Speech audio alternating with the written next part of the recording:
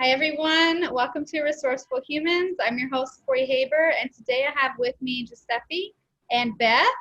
They're going to be speaking about employee engagement. They both have very different perspectives and different backgrounds, so I'm really interested to hear their opinions and suggestions for you on employee engagement pre-pandemic and during this pandemic. So please introduce yourselves. Let's hear what your background is, and then we'll jump right in. Sure. Do you want me to go first? You can go first. Sure. Okay, so my name is Giuseppe Salomon. I am a co-founder of Varo Team. We are a bookkeeping, accounting, and CFO services firm. We're headquartered in Miami Beach. We have offices in New York City, and we have members in 9 states throughout the continental United States. More than 200 members currently, 20 employees. And we serve the small to mid-sized business market, and we support outsourced accounting operations for small to mid-sized business owners so that they can focus on what they do. Great. My name is Beth Messett. I work for Gap Inc. So I think many people are familiar with Gap Inc. We have a group of brands: Gap, Banana Republic, Old Navy, Athleta, Intermix, and Janie and Jack. I specifically work in the New York headquarters in the learning and development and talent management space. And so we're a global organization. I largely support Gap brand and Intermix, and so it's a little bit of a different proposition for what we're doing as to what you guys are doing, Giuseppe.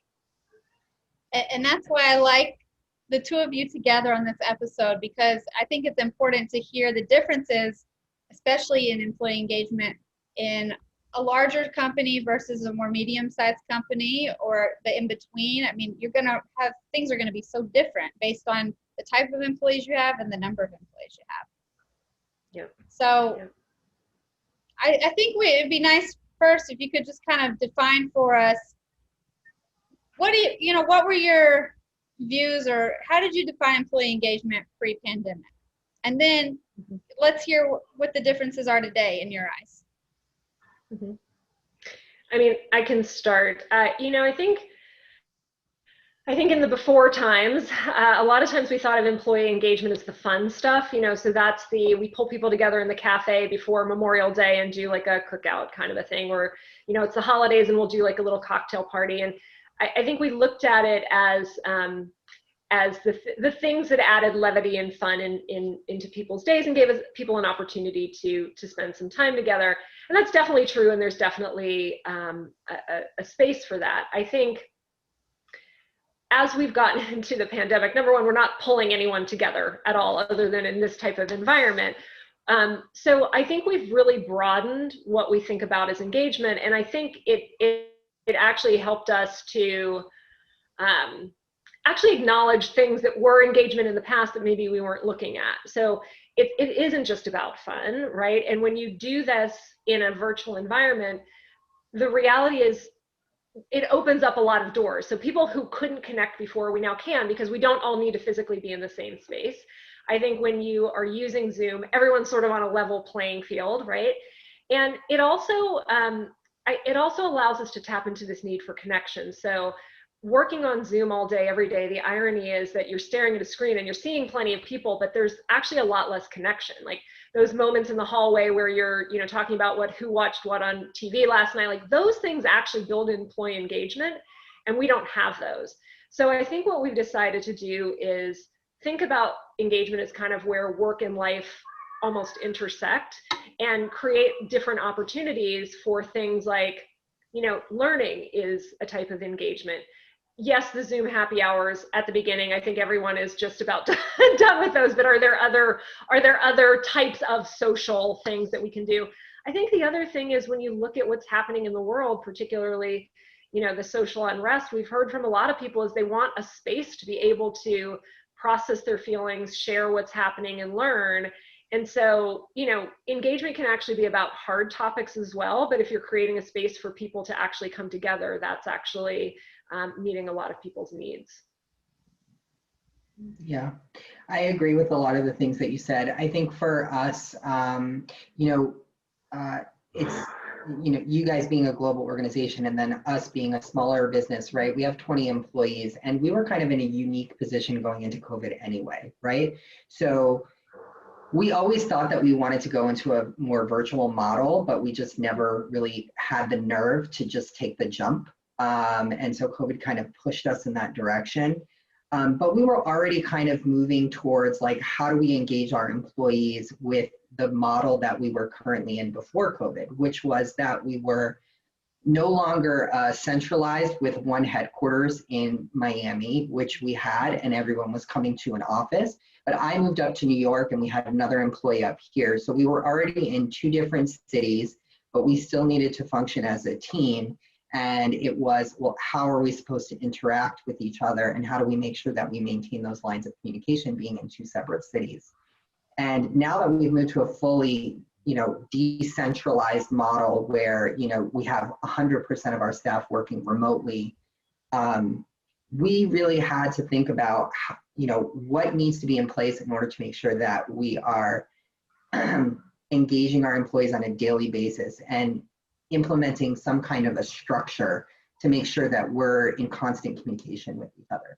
So one of the things that we did was that we implemented daily team huddles via Zoom every single day, right? And this is an easy way that we keep our employees engaged to make sure that they're on track, that they're meeting their deadlines, that they're being held accountable, and that we know where everyone is and what everyone is doing, but also that we're resolving any roadblocks, right?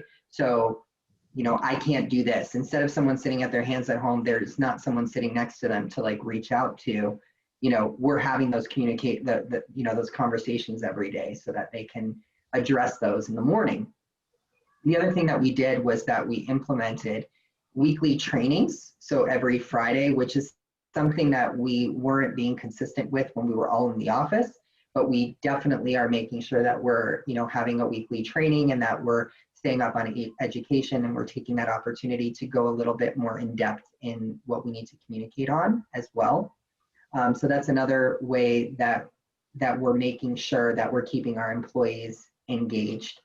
The other thing that we did was that we really started heavily using Slack for IM, and we're doing that, team. We've created multiple channels for different topics, and the team communicates throughout the day. We have a random chat room for, what did I do at the, what did I buy at the grocery store that was unique, or like, hey, did you watch the TV show last night, or whatever, those things that you would have had in the hallway. That's another thing that we've implemented. And then the other thing is that we've made sure that not only with our members, but with our internal staff as well, that everyone's communicating through Zoom with their camera on. So it's another tool for making sure that you're engaged in the conversation that you're having, and that you're not getting distracted by the television, or, your partner like doing the laundry, or, the unmade bed that's sitting next to you.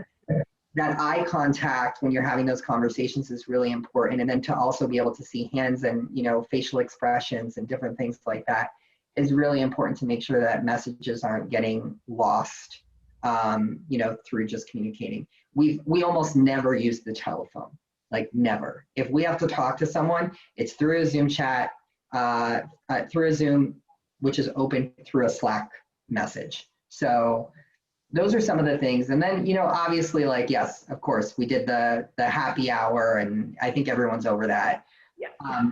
One more thing that I would throw out there that we did that was, kind of interesting and cool was that we did a team bonding night where one of our clients is a private chef, and we engaged him to do a cooking class via Zoom. So all of us got on Zoom. We all had bought the ingredients. He walked us through the preparation of the meal. And then at the end of the Zoom call, we set up, at the end of the cooking class, we all were on Zoom and we all ate together. So it was another unique way to kind of make sure that we're staying engaged. We got the opportunity to talk about things personally and just be silly. And that's worked out really well for us. I have a quick question. Well, 2 questions for you. Number one, well, this isn't really a question. I like the Slack idea. I've used Slack before, and I don't know if some people know this, or everyone knows this, but on Slack, you can also track which employees are using it or utilizing it the most versus who may not be on it at all, correct? And then Yeah, it does send an activity report, and it tells you, how many conversations were had, how many people were added, how many channels. Yeah, it does do that. And I think that's helpful to know which of your employees maybe you need to, I don't know, reach out to, or maybe keep an eye on. Are they doing okay as far as engaging with other people, or maybe they are in a spot where they don't want to talk to people. I think it does kind of help you to know which employees do enjoy that engagement through that way. And I think like for us, because we have the daily huddles, that level of engagement we know is there. But for those of, the people that might be listening that aren't having a daily meeting and aren't touching base with their employees on a daily basis, then yes, that would definitely be something that might be useful. Yeah. And as far as the events go that you both mentioned, you have social events, you have trainings. Are all these mandatory, or are they not? Or how do you decipher if they're going to be mandatory or not? Yeah, I can say we don't make any of it mandatory. I mean, there's certain trainings that are compliance based that are, that I wouldn't necessarily put in the bucket of engagement that are mandatory. But I think what we found is, it's really trying to meet people where they are, and frankly, everybody's in a different place. And so I think there's the need for the thing that you're doing with the daily huddles, Giuseppe, I think is great. And what we're asking our leaders to do is figure out what that is for your team, right? Mm-hmm. Is it a daily huddle? Is it you're expanding your weekly huddle a little bit differently? Is it that you are now doing a team movie night trivia, whatever it is, and what works for your team? Because I think, in a company the size of Gap, everything can't come from the top, or it just doesn't feel authentic and it doesn't feel real. Right. So I think I'm seeing managers and leaders really work with their teams to figure out what actually feels like good engagement for that team. How do they stay connected? And then on a sort of a broader level, we've implemented things like across the company, we offer a speaker series that we do. In the beginning, it was like a 30-minute sessions twice a week, and it was everything from coaches, thought leaders. We would have a basketball player, like all sorts of different people. So it appealed to a broad range. And the idea was, we'll record it. You can pull it off of the web if you can't see it. We're going to, you can't pick a time that works for everybody. And we saw people dip in and dip out based on their availability and their interest. We've also started to do things like create forums, panels and forums that are actually interviewing or facilitating conversations with employees about topics of the day. So whether that is, we just did one last week for National Coming Out Day for LGBTQ plus History Month, right? And so we reached out to employees internally and said, who would like to do this? We facilitated a panel. So we're also leveraging employees themselves to either figure out what the topics are, be the people who are speaking. We don't need to always go externally for that. And we're seeing a nice level of engagement. And I think what we're also seeing is, because so much of our conversation is driven through Zoom, and I agree with you, have the camera on, have the eye contact as much as you have eye contact online. I feel like I spend my entire day looking at my own face, which is a little weird at this point. But how are we also creating spaces for people to just have different kinds of conversations? Because I think what we've heard loud and clear from people is, when I work from home, I don't have those commutes that are the bookend that tell me this is the start of my day and the end of my day. I literally can sit here for the next 12 hours, right? And if I don't create the space myself, nobody else is going to do it. So we're trying to find ways to create spaces throughout the day to give people an opportunity to have a different kind of conversation, to step away from meeting after meeting after meeting after meeting. And I think the other thing that we've also done, and we've done this on a broad level and had leadership communicate this out, and then really leaders in general, leaders that throughout the organization have been talking to their teams of, know what you need. And we trust you to do your job. So part of engagement is knowing when you're going to be at your best. And if that means you are, starting earlier and finishing earlier, whatever that looks like, we're all trying to manage a whole host of different things. And so trying to be flexible about that and just increase communication of like, yeah, I need to sign off at 4 because I do need to do the end of the day Zoom, whatever with my kids' school. I think has been really nice, and I think has given people some of the flexibility to have some control in a situation where a lot of us feel like we don't have a lot of it. Yeah, I think too, like, you asked the question, you asked the question that whether or not we make it mandatory, and we do make our huddles mandatory, but even within a small organization like ours with 20 employees, those huddles are confined to teams, because we do have teams. So there are different departments within our organization that meet together. We do one huddle a week where it's everybody. But I think the big thing too is the trainings. The trainings are definitely mandatory because we want people to attend. If you can't attend, we do record the trainings. They're archived on our server, and then people can go in and pull it down and watch it. Or if you want to watch it again, it's there. But it's definitely something that we've made mandatory. Now, those things like, the after hours, like we're going to do a cooking class together. We don't require people to do them, but we do require them to let us know if they're going to do it or not, especially when there's a cost involved, so that we can accommodate for that. I think when you're smaller, I think it's really important that that everyone show up, because if it's you and 2 employees and one person doesn't show up, then it's half of your staff, and that's a big deal. So I think making it mandatory for smaller organizations is probably definitely something that should be done. I think that makes sense. I think you're right. Depending on your size is how you also should determine if it's going to be mandatory. Because if it is voluntary and you have 20 people and then 2 show up, I mean, it's not much of a social time or training.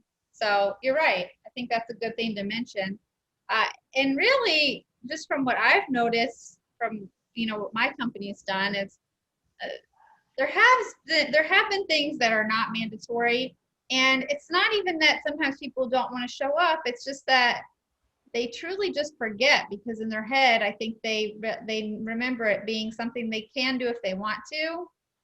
So I don't know. I think that's one of the most difficult decisions right now for HR is how to do these employee engagement events or trainings and make sure you get high participation without making people feel pressured to join at the same time. They're almost like contradictive sometimes. Right. Yeah. I think part of what we've seen is it has been employee attendance and things has also been the good gauge for us to be like, oh, now it's time to pivot, right? So the Zoom happy hour, right? Like in the beginning, everyone was coming, and then you get to the point where you're like, we need to do something else. Like people are done with this, right? And even our speaker series where we were in the beginning doing it 2 a week, every week, we kind of turned a corner where people were like, these are great, but it's too much. And so when attendance went down, we spaced it out a little bit differently. So the reality is, from the size of our company, and we do segment things. Sometimes it's either by brand or by team or in different ways, because you can't engage everybody at once. And I think we have the opportunity to say, this is a brand moment versus this is a function moment versus this is a team moment.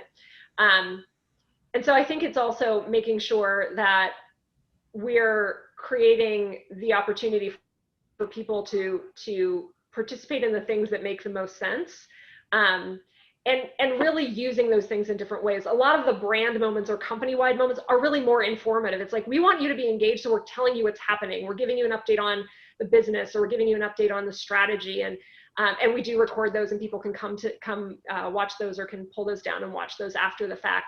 When you get to the functional level, maybe that's the training, maybe that's informative. It's real, and maybe some of it is actually a more social aspect. And when you get down to the team, it really does become more one-on-one or more social or more team building. So I think we can try to look at it in different layers. because people sit in different places in the organization, and sometimes being with your sort of intact team is what feels engaging, and sometimes getting exposure across the organization feels engaging too. That's true. One thing I wanted to touch on is, as far as, planning these events, I'll just say events, which can refer to any type of employee engagement, anything virtually. In the beginning, right now, for a lot of companies that were never virtual, I think a lot of them are trying to figure out, well, where do you begin with picking out or choosing or, getting creative with what to do as far as these events? Who decides it? Who comes up with these ideas? Should you have the employees come up with these ideas? Should you come up with the ideas to start off with and then see how it goes? How many should you have? I think that's a really big question a lot of HR professionals that I know have, is how many of these programs should you have each month? Because they're so used to seeing their peers in the office every day. Yeah, I think for probably for a larger organization like Beth, at the Gap, she mentioned a lot of, a couple of times where she was saying, we put out the content and then people can participate in what they want or what interests them, right? It's a little different when you're a smaller organization, right? We don't have the option to put out lots of content like that. We're limited on time, we're limited on resources, so we have to be really selective. When I was really small and it was just me and 2 employees, it was really easy. I would just ask them, hey, you guys want to do this? Great.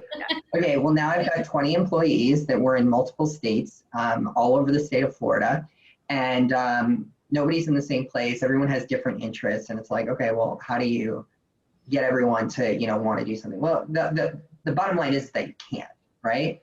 So you can poll people to come up with different ideas, or you can say, well, here's some of the things that we're thinking about, and get kind of a read on the room.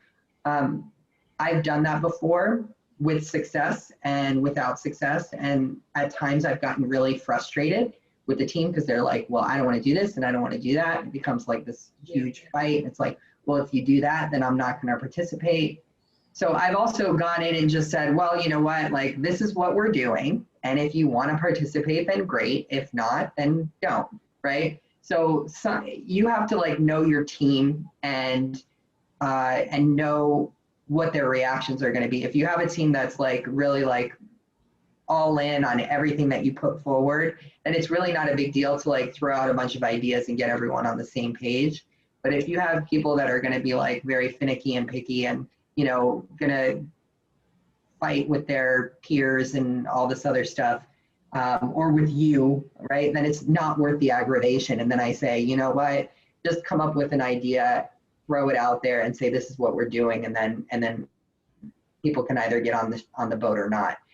Now, in terms of like how many you should have, how many you should have also kind of leads into whether or not you have the budget for it, or the time for it.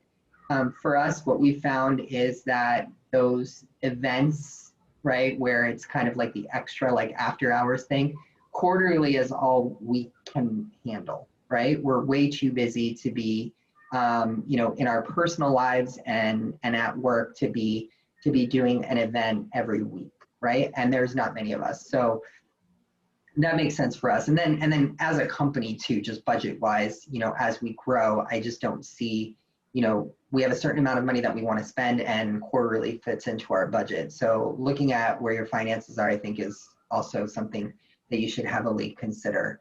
Yeah, I'll see what Beth has to say about Gap, which I'm sure has a much bigger budget and a lot more to do. Yeah, well, yeah. It's also, I would say, pandemic's been tough with for retail too. Yeah. The thing that I will say is, in some ways, I feel like we're using less budget, right? Because I think in an in-person environment, we felt the pressure to be like, have these bigger moments, and that required just more production and more food and beverage and all of those kinds of things. And, that's just not possible. We're not shipping, cookies and champagne to everybody. So I think it's nice. It's freed us, yeah, it'd be nice. It's freed us up to think about things a little bit differently. It's also changed our mindset a little bit of like, oh, it's nice to have those big moments, but the reality is we're doing more things more frequently. And I think our approach is more of that idea of bite size, even from a training perspective, right? We know learning is something that is engaging for people. A lot of times in the past, we would hear, yeah, no, we only want in-person training, you know, like a 4-hour class. And then of course, the reality is nobody has time to do a 4-hour in-person class. So it's sort of this like weird circular thing. But to be able to do a more facilitated virtual 90-minute bite-sized conversation training on a topic like feedback or collaboration or empowerment or accountability, we're finding we're getting a lot more people coming to that, because number one, you can make that time more easily. And by the way, people want to create, are finding ways to create space and time where they're pulling away from meetings and having a different kind of experience. And it is also, then we're not trying to boil the ocean and train someone on, you're gonna learn everything about, you know, accountability. Nope, you're gonna learn 3 or 4 things and you'll be able to start using them the minute you leave. Well, leave, you don't go anywhere, right? But you leave the Zoom room at least. Right. So I think it has actually freed us up in a lot of ways, and we really haven't, you know, we've certainly spent some budget, but because we're not trying to do big productions, we haven't spent as much. And it has, again, allowed us to, or encouraged us to say to employees, like, to really go where the energy is. Like, we'll have employees raise their hands and say, like, hey, I think you know, we really want to hear something about what parents are doing with this school situation. Like, how is that happening? So we can go and create a forum for that, right? So I think it is this idea of, in the past, we tried to create programming and very consistent programming that, you know, people knew what to expect all the time. The reality is most people don't know what to expect one day to the next in this situation. And I've definitely seen hills and valleys from, you know, March to April to May being like, oh my God, this isn't over and we're still doing this. And, you know, I think people's energies and people's experiences have changed over time. And so being able to be flexible and really not investing tons of money, but being able to invest the time to understand how can we shift things to meet people where they are it's been, you know, it is a bigger challenge, because it's not a, you know, set a program, set it and forget it, but it does, I think it's opened up a lot of different ways for us to connect with our people. I think too, one of the things that I was going to add to that when we were talking about just budgets in general, one of the things that I've been thinking about when deciding like how much I'm going to spend on employee engagement is we're not in an office anymore, right? So that $4,000 a month savings or $5,000 a month savings that we were that we are taking advantage of by having everyone work from home is money that, you know, is there. Obviously it was saved for, you know, other reasons, but there's still excess there.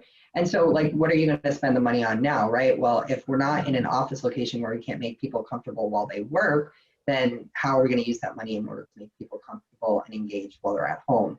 So, you know, buying everyone, you know, $30 gourmet cupcake 12 packs on their birthday, right, is not really as big of a deal as it would have been if we were all still in the office, right? It's like, all right, well, like, let's send them the cupcakes. Like, we can't have a cake for them. So, you know, that kind of a thing. So, you know, it's more about, too, when people are thinking about their budget for this stuff, I think they should really think about reallocation, because we are spending more money on like Zoom and, you know, other different telecommunication devices, you know, so that we can stay in communication. But then there's also that like, well, we can't have a cake for everyone, but we can buy everyone an individual gift. And you just have to constantly be reallocating and also just reassessing where you are in terms of your budget too, because, you know, if you're in growth mode like we are, right? We started like 3 years ago, it was me and 2 employees, and now we're 3 years in, we're at 20 employees.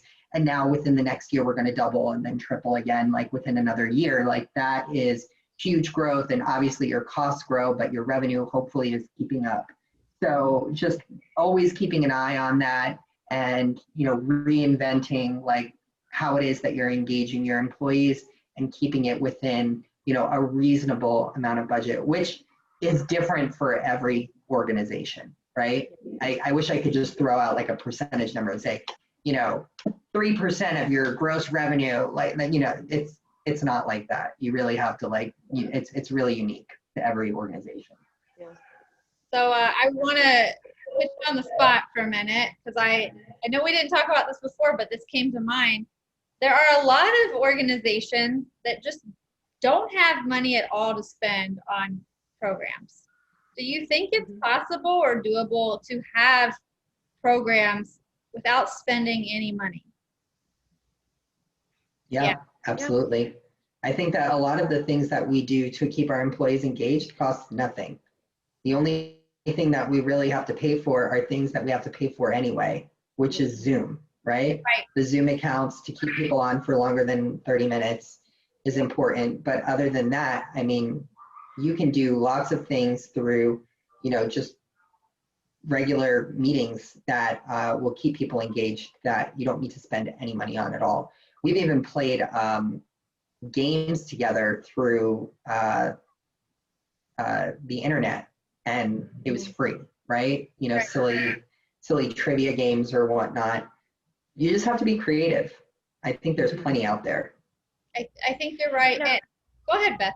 Go ahead. Yeah, well, what I was going to say is even, in a big organization, there are things that we can do organizationally for everyone. I think the reality is it's in your team, your team of 5 people, 10 people, whatever it is. That's where people tend to feel their most level of connection anyway, right? And so what I have seen leaders do is, everything from we are moving from a weekly meeting to a daily meeting. That's a form of engagement, right? Like our one-on-ones, we're making sure we're doing them consistently. And I'm not just asking you about how the work's going, I'm asking you about how your life is going. Like those are things that there's not a lot of flash to them. That has a lot more meaning to people. And, and I love the idea, Giuseppe, that you reallocated some of your budget to it does not cost a lot to send someone cupcakes, right? But it is hugely meaningful because it's personal. And so I think that idea of having a leader, being a leader and having a leader who is treating you like a human being. And I don't say that flippantly. I think it's easy to get caught up in the oh my gosh, there's all this stuff to do. And certainly at the beginning of the pandemic, I think everyone was in a oh my God, how do we make business work in this environment? And once you get beyond the how do we actually just keep the trains running on time? Really, thinking about, I think as a leader, the biggest resource you have is your time. And being able to say no, I am going to make sure I allocate time to you every week to have a conversation. That doesn't cost anything. I mean, it costs your time. It doesn't cost money, but actually has a much bigger impact on whether people feel connected to the organization, feel cared about, feel like they're a part of something bigger, and a sense of inclusion and belonging. Allowing people to be their whole selves at work. And that may mean, showing up to a meeting and being yes, my child is crawling all over me because that is the moment that I'm in right now. And having that be okay creates a much bigger sense of belonging than any program that I think anyone can create. Oh my God, totally hilarious that you just said that, because I can't tell you how many times my business partner had her son crawling all over her during meetings, and it's well, this is reality right now, so get over it. Yeah. The only reason my cats aren't on here is because I put them in the bedroom so that they didn't photobomb this. I can hear a little bit of it. That's there might be some meowing in the background. I'm so sorry. That's okay. But I think you both hit the nail on the head. I mean, really, at the end of the day, employee engagement is not about how much money you spend. It's not about how fancy the program is. It's about making your employees feel like you care about them on a level more than just them getting their work done, which could be as simple as sending a birthday card, making it yourself if you truly don't have any money. But another thing that I wanted to go back to is I really liked, Giuseppe, that you mentioned that you used one of your clients who's a chef to be a part of your employee engagement. I think that's a fantastic idea for companies that may be on a budget. And it doesn't have to be a client. There's so many people out there. I actually did an event a few months ago, and I reached out to someone who owns a wine company. Everyone needs help right now. They needed help. So I gave them the opportunity to do a virtual wine tasting.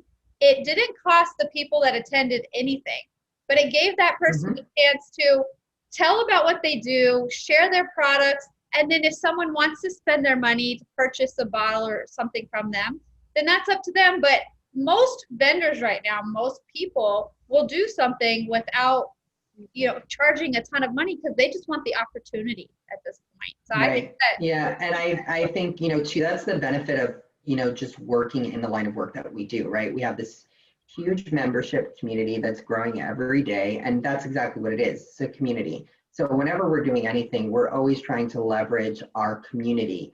And we will always engage with one of our members first as a preferred vendor. Especially nowadays during, COVID times, we want to show that we're supporting, our community in every way possible, not just by, doing their bookkeeping and their accounting work and supporting them with their business making decisions, but also by, paying for their services or paying for their products when we have the opportunity to do so, especially if they're producing something that's fantastic, like most of our members are. Well, anything else you want to add real quick? Because we're almost out of time. No, I think I've talked this to death. I think you both had some great suggestions, and I think it's going to be very helpful to all size businesses as to ideas they can do with spending money or not spending money. So thank you so much for coming on. I'm so glad you both gave me your time, and this is wonderful.